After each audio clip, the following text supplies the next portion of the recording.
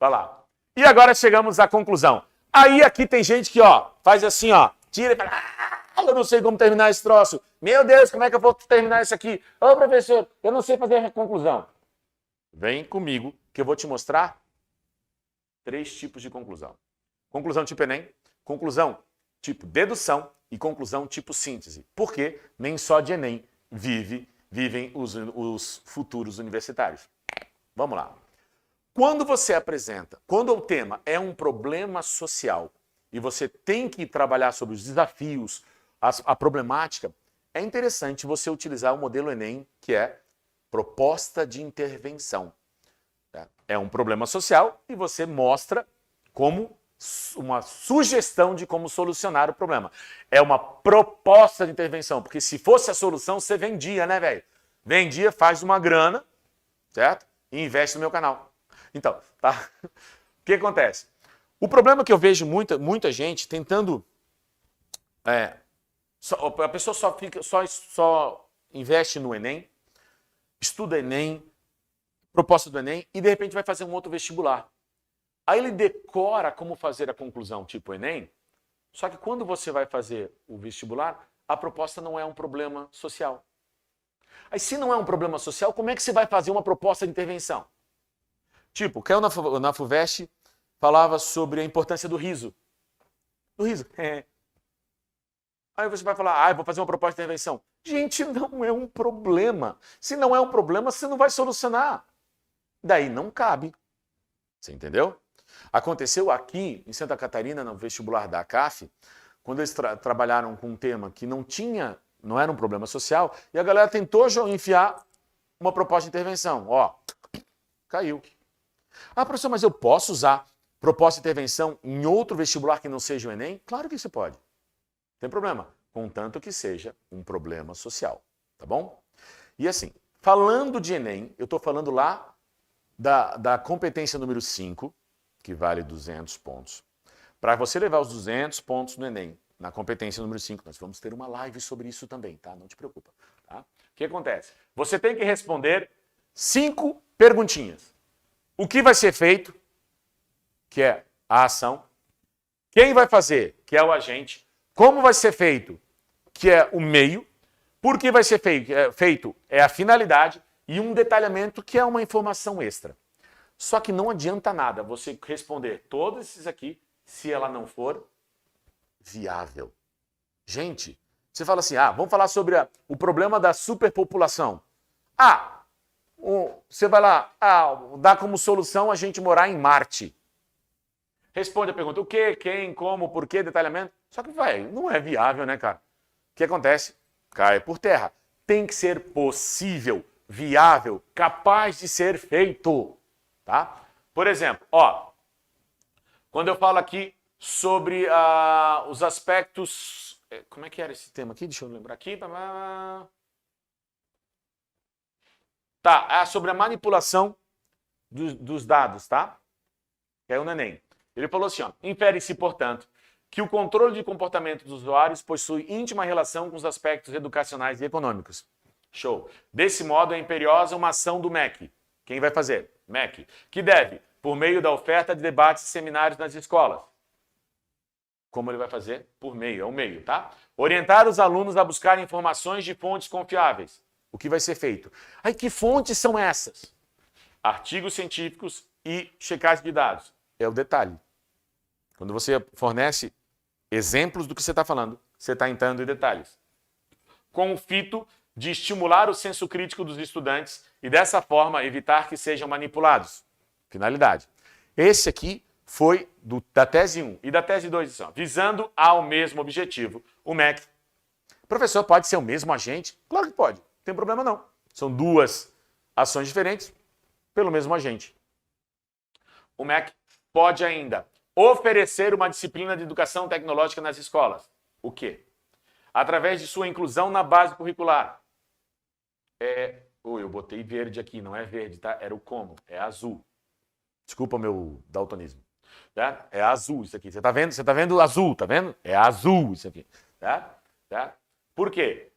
Para causar um importante impacto na construção da consciência coletiva. Show? Professor, mas aqui embaixo não tem detalhamento. Não precisa, o detalhamento pode aparecer somente numa das duas propostas. Entendeu? Aqui fica mais fácil, depois é como se você estivesse preenchendo um questionário. Vamos ver outro? Olha lá. É fundamental, portanto, a criação de oficinas educativas. O quê? Pelas prefeituras. Quem? Visando a elucidação das massas sobre a marginalização da educação dos surdos. Certo? O porquê? Finalidade. Por meio de palestras de sociólogos que orientem a inserção social e escolar desses sujeitos. Como? Ademais, é vital a capacitação dos professores e dos pedagogos. O que vai ser feito? Capacitar. Pelo MEC. Quem vai fazer? Com o fito de instruir sobre as necessidades de tal grupo.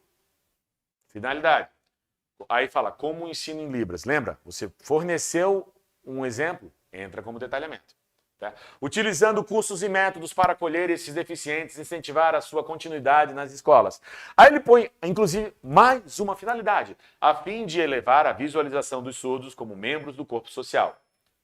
Em vez de falar sociedade, ó, corpo social. Legal. É legal você ter bastantes sinônimos para a sociedade, porque é uma palavrinha que aparece direto. A partir dessas ações, espera-se promover uma melhora ou uma melhoria, as duas palavras estão corretas, das condições educacionais e sociais desse grupo. Entenderam? Essa é a conclusão tipo Enem. Tá? Mas vamos supor que não seja um problema social. Vamos lá. A FUVEST colocou, por exemplo, isso aqui é da FUVEST, tá? Os dois próximos temas são da FUVEST. A importância do passado para se compreender o presente. Olha que tema legal. Certo? Só que veja bem que não é um problema social. Então você não pode colocar simplesmente o Enem aqui, ó, o final tipo Enem, a conclusão tipo Enem. Ele ficou, em suma, fica claro que o passado tem o potencial de contribuir para interpretações mais adequadas do presente, mas é essencial que ele seja sempre revisitado. Para que isso se efetive, um movimento dialógico contínuo entre diferentes camadas da sociedade insatisfeitas com o status quo deve ser alimentado, caso contrário, incorre-se no eterno risco de se transformar a história em um objeto longínquo e superado, além de se ignorar o caráter histórico da própria existência. Aqui ele usou uma estratégia muito legal, gente, a estratégia da dedução. O que é a estratégia de dedução? Ele jogou a problemática lá em cima, certo? Do porquê que é tão importante você estudar a história, para que não se repitam os erros. Tá? E lá embaixo, lá na conclusão, ele continuou a ideia de uma forma dedutiva. Deixa eu te explicar. Imagina que eu estou falando assim, ó, o preconceito é fruto de uma ignorância, uma falta de empatia. Quando o preconceito se estabelece, revela-se um individualismo exacerbado, certo? Que compromete o bom funcionamento social entre as partes. Essa é a sua tese. Que legal, que bonitinho. Beleza. Pensa comigo. Se o preconceito é fruto de uma ignorância, qual que seria um jeito de combater o preconceito? Pô, sair da ignorância. Como é que você sai da ignorância?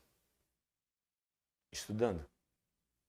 Tudo bem? Então, a educação surge como um combate direto à condição de preconceito. Isso é dedução. Você fez com que o seu leitor deduzisse o que você ia colocar lá na conclusão. Porque é seguindo a linha de pensamento que ele colocou. Se a problemática é essa é a solução. Você entendeu? Conclusão tipo dedução. Ficou muito legal. Tá? Veja bem que ele não está propondo uma solução. Ele fala assim, ó, cara, você tem que fazer isso. Ó. Se o problema é aquele lá, ó, o pessoal esquece, faz isso, caso que você não faça, isso aqui vai acontecer. Você entendeu? Show? Vamos ver outra, de um tema subjetivo, ó, diferentes faces do riso, lá da FUVEST de novo, ele fala, portanto, o riso demonstra sua função catártica e se consolida como componente fundamental da existência humana na medida em que expõe os desvios da sociedade e incita a reflexão e ao combate a esses imbróglios. Assim, as diferentes faces de uma boa risada revelam-na como uma espécie de faca bem afiada, que ao mesmo tempo causa cortes incisivos por sua crítica e protege seu usuário das adversidades que o cercam. Esse é o tipo de conclusão que é um salva-lavoura. Esse é o tipo que a gente chama de síntese. Ele pegou todas as ideias que ele colocou lá em cima, lá no desenvolvimento, sintetizou e reescreveu aqui embaixo numa técnica chamada parafraseamento, que nada mais é do que você escrever a mesma ideia usando palavras diferentes. Tudo que ele colocou aqui já estava lá em cima. Aí tu pode perguntar, professor, mas não fica repetitivo? É claro que fica, você está repetindo a sua ideia, mas usando outro vocabulário. É um fechamento bem interessante, funciona e poupa tempo, porque você não precisa pensar em outras ideias para colocar aqui, entendeu? Show?